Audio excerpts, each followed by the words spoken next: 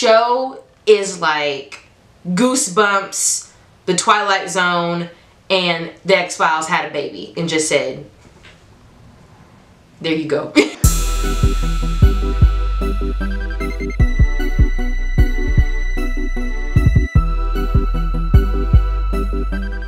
Hey nerds, welcome back to my channel. As you can see by the title, today we're gonna be going back down memory lane. Today I want to talk about the show Gravity Falls. I'm super excited about this video. I got things to say about this show. But before we get into that, please leave a like. It really helps me and I appreciate it. Thank you. Now let's get into this. Hold on, let me sip. I need to take a minute. Gravity Falls is a Disney Channel animated series that follows two main characters, Dipper and Mabel Pines, aka the Pines twins, or the Mystery Twins. Their parents send them away to stay with their great uncle, or Grunkle Stan, in a small town named Gravity Falls for the summer. They find out everything is not what it seems. Both twins discover supernatural creatures, go on magical quests, and just create a summer full of awesome memories. Now let me elaborate on what the show is about. Let's talk a little more about what the show is about and what it's giving the girls. So the minute that the twins get to Gravity Falls, Dipper automatically notices that something is not right. So he finds this journal with a six-fingered handprint embroidered on the front, and when he opens it he finds all these really strange entries about mythical creatures, secrets about the town, all type of stuff. This show is like Goosebumps, The Twilight Zone, and The X-Files had a baby and just said, there you go. Like, the entire vibe of this show is just very eerie, bizarre, creepy, other adjectives that fit in with those. It's heavily revolved around conspiracy theories, the unknown, and everything that is just ooky spooky. This show is very wholesome too if you think about it. The way the Pines family dynamic is portrayed throughout the entire show, it just, I don't know, it makes me feel so happy. It puts a warm and fuzzy feeling in my stomach and I can't describe it. It's just so pure and wholehearted. Even though Grunkle Stan was a criminal and a con artist, let's not even try to, you know, sugarcoat it. You cannot tell me that he did not love those kids. Anything and everything he did was for those kids. I can honestly say the same about Dipper and Mabel. They were ride or die for their grunkle, okay? Speaking of ride or die, Dipper and Mabel really cared about their friends too. I just loved how everyone always had each other's backs. Like, they were just like this all the time. And when it came down to handling business or fighting the ops, you best believe the whole Mystery Shack crew was ready to go. This show constantly rehashed the importance of strong friendships and family bonds. It's such a simple formula, but it did the job. It did the job every time. Other than the comic relief, this was a nice aspect of the show that really takes the edge off of the darkness that's in it. Gravity Falls also taught me some life lessons. I was watching this show when it premiered all that time ago. I only remember watching the first season when it was on the air. I really didn't focus on the second season up until like the last few episodes because that was the end. But I just rewatched the entire show over the past 2 weeks and now I'm all caught up and well informed. Now I know what you're thinking, Talia, what could you learn from a Disney Channel cartoon? If you're asking that, you probably ain't seen the show. Not only did the show teach me about how important family and friends are, it taught me how to grow up. Toward the end of the show, Mabel voices her concern about summer coming to an end and becoming a teenager. The twins, they're 12 throughout the entire time of the show, the entire summer vacation. They're 12 years old, okay? She was experiencing that dread that I know a few of us felt when it was, you know, around that time in our life where we had to make big decisions, big girl and big boy decisions. And honestly, I related to some of what the characters were going through. Like I said, I watched the show when I was a kid. I was 10 when this first came out. And I remember like it was yesterday. Right after Let It Shine premiered, this premiered. Like, it was this debut and I fell in love with it the minute that it was on. All of the things that Dipper and Mabel went through, I felt like I was right there with them because I was around their age and I was kind of, you know, experiencing some of the same things, especially Mabel. Like, Mabel and I were on the same wavelength. I was just like Mabel growing up. I was really upbeat, quirky, made of sunshines and rainbows. I wanted to be friends with everyone. You know, me and her were very similar. We were misunderstood.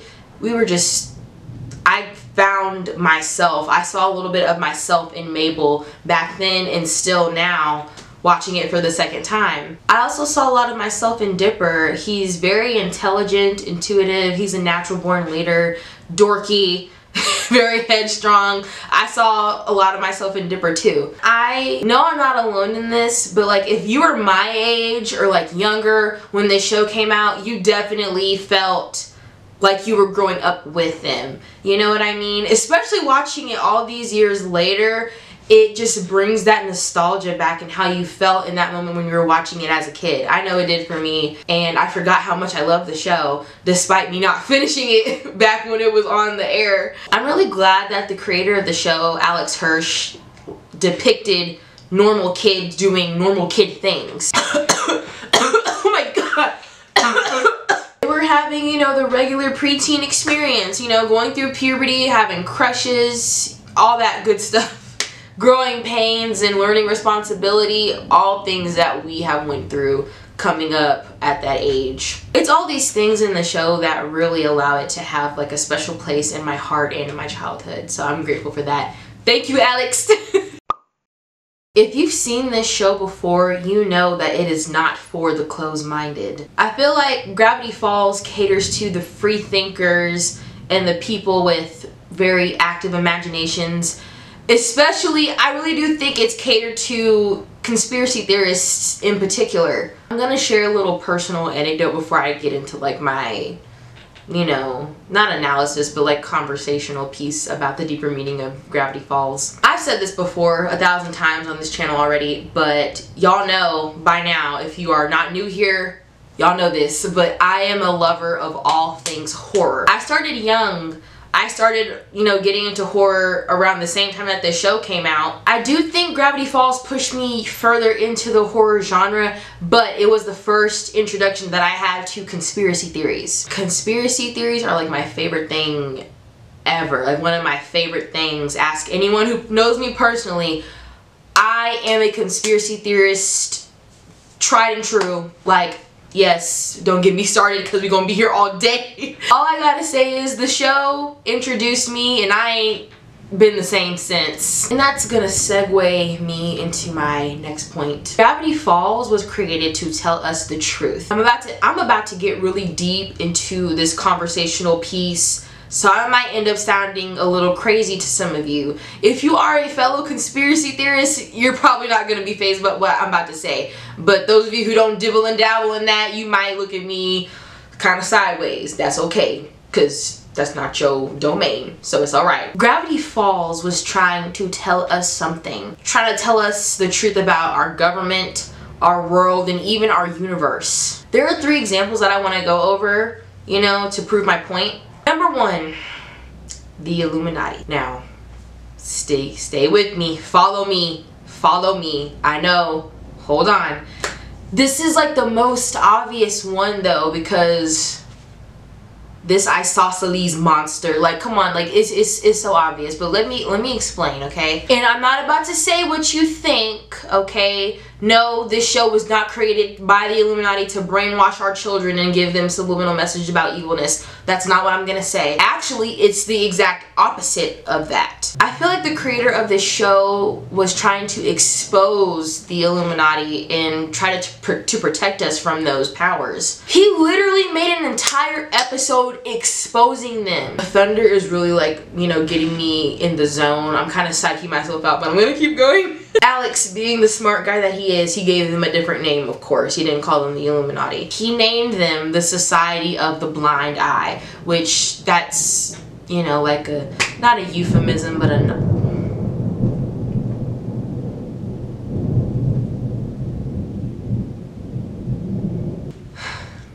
Now I'm scared.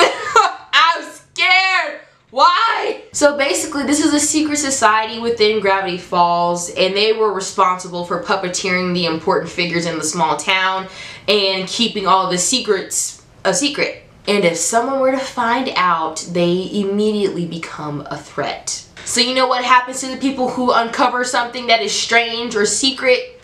Guess what they do? They kidnap you and they wipe your f***ing memory. Look at this. You won't believe what I've witnessed. It's unbelievable. It's indescribable.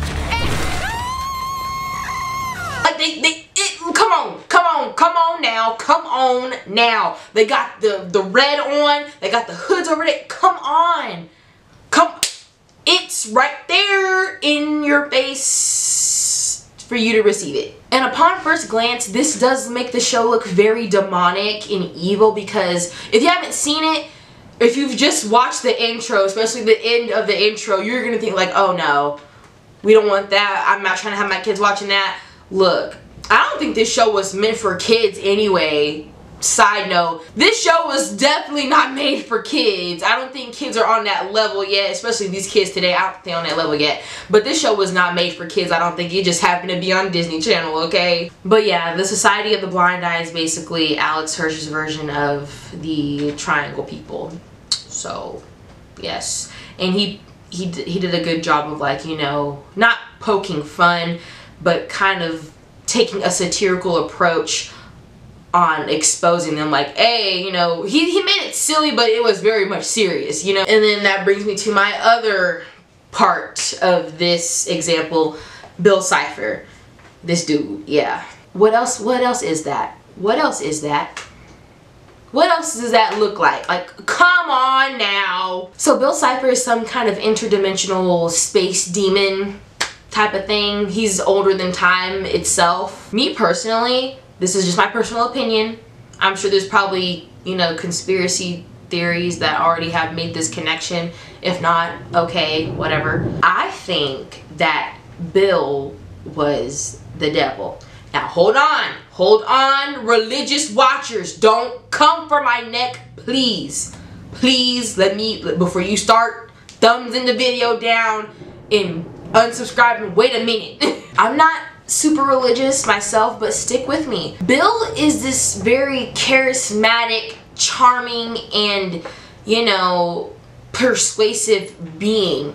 He'll compliment you, you know, tell you how good you are at something, paint you as just this great person just to big you up because he wants something from you. He wants to make a deal with you. That's Bill's whole thing. He likes to make deals to get what he wants, okay? He'll lie, steal, cheat, manipulate to get you to shake his hand. He is the ultimate trickster. Like I said, he's older than time himself. His brain is on a whole nother galaxy that we don't understand. We see him making deals with characters in the show because they want something, and this really goes hand in hand with how the devil is sometimes portrayed. You know, he'll come to you when you're at your lowest, when you're really desperate for something, and he'll come as this beautiful being trying to persuade you, make a deal with you so you can get what you want, but you have to end up paying the price in the end. That's Bill. That's all that Bill was, you know, that's who he was. Now I'm gonna spoil it. If you haven't seen the show,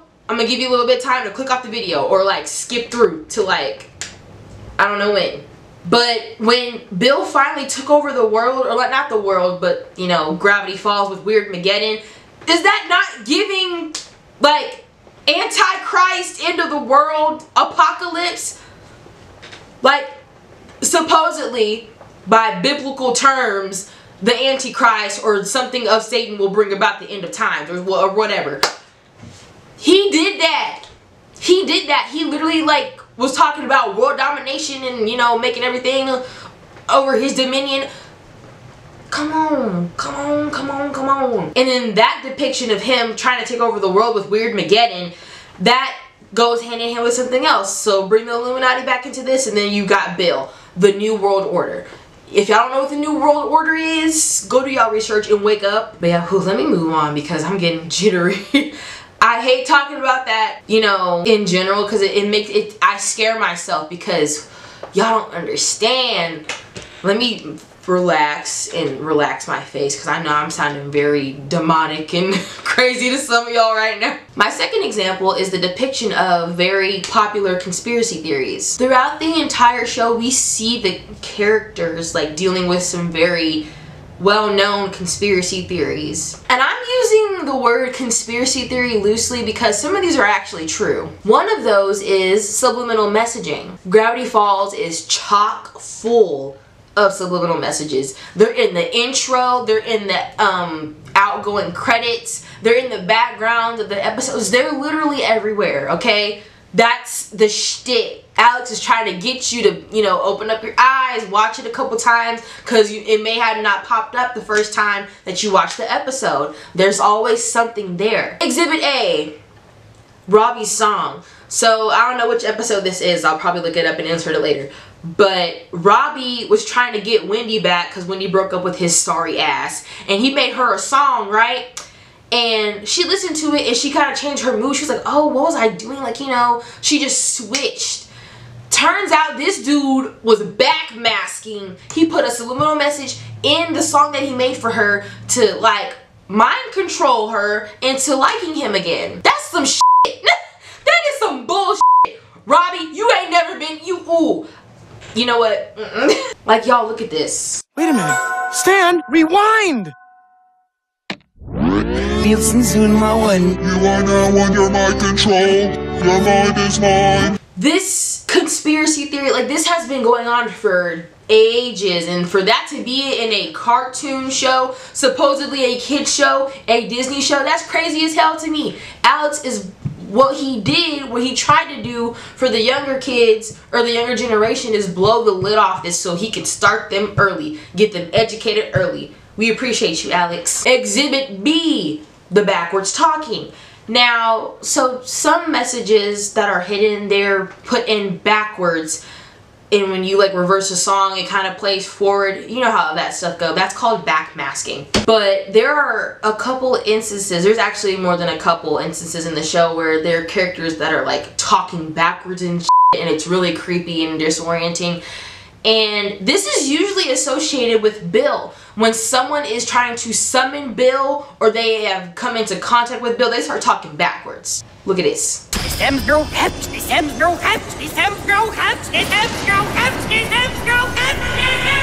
this. Now what did they really say? Backwards message, backwards message, backwards message, backwards message, backwards message.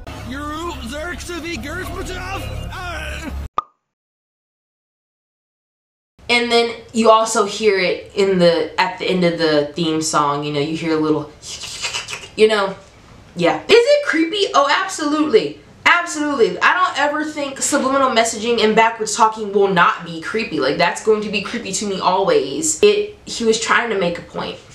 But the point of that is, you know, is trying to get you to, like, look closer and pay more attention to what's going on. Hello. Last example. The government lying to us and hiding things from us. Now, we all know this. If you know, you know. And if you don't, wake up. So like I said, there are very many secrets in the small town of Gravity Falls. Some that people do not understand, or it's too bizarre or weird for them to understand. It's too strange. And in some people, and the few people who do know about these secrets, they either want to share them with the world or they want to keep it a secret. There was an entire episode, I think it was 2 of them actually, where the government came, they busted through the Mystery Shack's entire shit, right? Trying to find all the anomalies that Dipper found throughout the show. Because how did they even, I don't know. They got onto their radar somehow. Gravity Falls got onto the radar somehow. And the government came busting through, the FBI, CIA, whoever it was. And they were trying to like keep this under wraps and like take all this stuff for experimentation. And then people who were trying to, you know, be a part of it, they was like taking them away, trying to off them and stuff. Life imitating art, no. Yes. And they were even trying to get Dipper. They were trying to get him. And him being naive in 12, he did not know the ulterior motive that the government was trying to play out, because can't trust nobody. Like Grunkle Ford wrote, don't trust nobody. Can't even trust the damn government because they trying to just while this show is quirky, dorky, and, you know, hilarious, this show is so funny. It has some very serious undertones. And if, like I said, if you are a conspiracy theorist, this is like nothing new to you. And if you don't dibble and dabble in that stuff, and what I'm saying is like worrying you, scaring you, I am so sorry. But I did forewarn you, okay? So if you're still here, kudos. Thank you so much.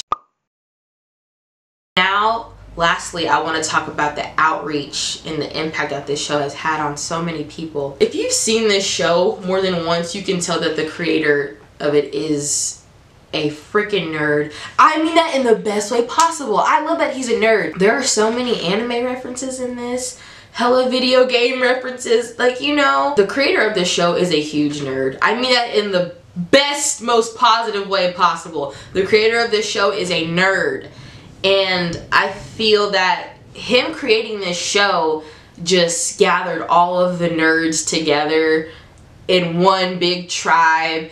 And I love that. You got the science fiction nerds, you got the conspiracy theorist nerds, you know, the Lisa Frank nerds, you got the anime nerds, video game nerds, all nerds coming right back around in the center because of Gravity Falls, okay? I say that the impact of this show is so big because it just, you kind of felt that, especially when the show ended and that whole like search for Bill was going on in the real world. I remember the internet was in an uproar. Now, like I said, I did not watch the entirety of season 2 when it was on the air, but when I found out about the search for Bill Cipher, internet was in an uproar. Everybody was literally, it was like the search of the monolith.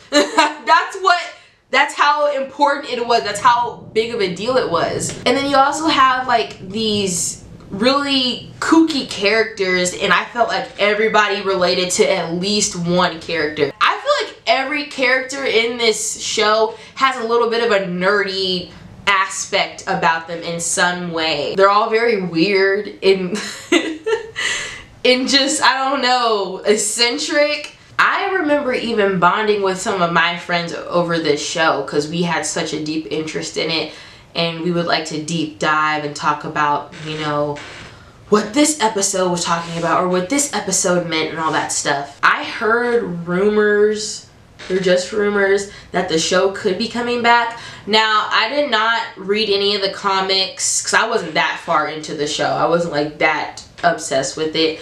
I didn't watch any of the spin-off like little mini-series. I watched Dipper's, that one, the Anomalies one. Ooh, that one episode with the hide behind. I don't know how long it's been since that little episode came out, but I'm about to be 22.